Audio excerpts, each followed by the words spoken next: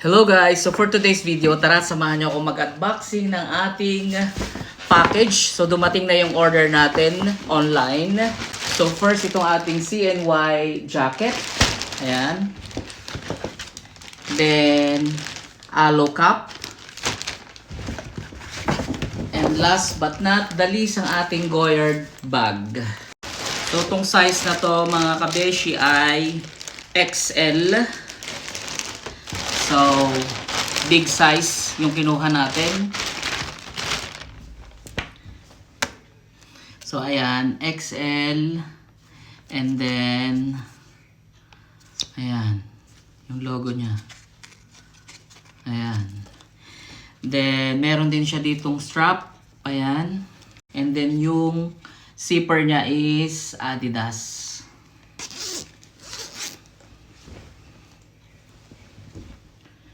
So, maganda rin yung pagka-stitches. Try na natin.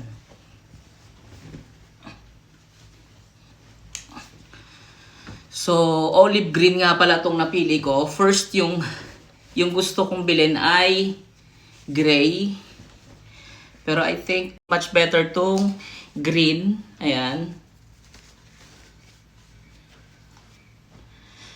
So, mainit din siya sa loob. Very comfy. At saka, as you can see yan, baggy yung size.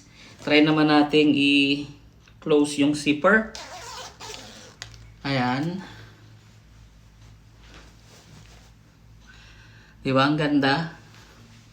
Comfortable at very trending na CNY Tang jacket. So, ito naman yung logo niya ng Adidas. Then, yung pag-Chinese, ano niya, parang Chinese lock. Ayan. So, i-lock natin siya bawat isa. Ayan.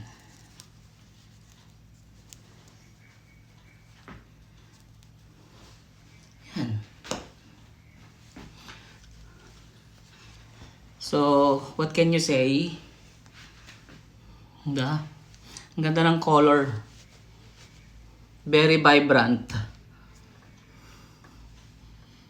Then, nagkakaubusan na rin ng mga sizes dahil sold out na lahat sa mga online. Yan. Pero, XL naman yung kinuha natin. So, ayan.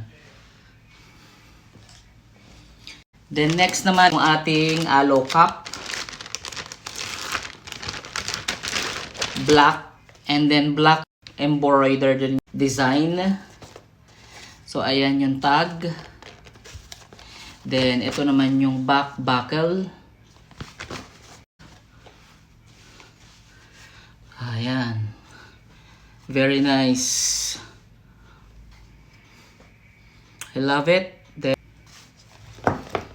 so, last but not the least, ang ating Goyard bag. Ayan.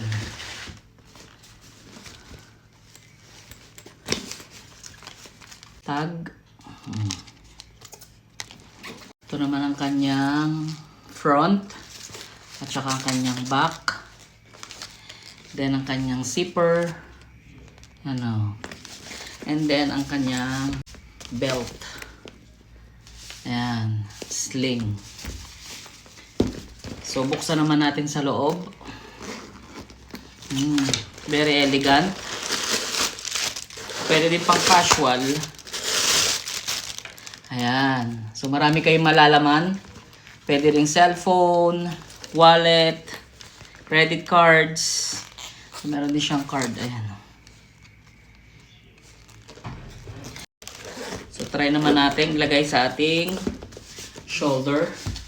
So, tanggalin muna natin tong kanyang balot. So, on this side, yan ang kanyang buckle. May Goyard. So, pwede nyong i-adjust yung strap. So, silver yung ano niya. Yung buckle niya. Ang ganda.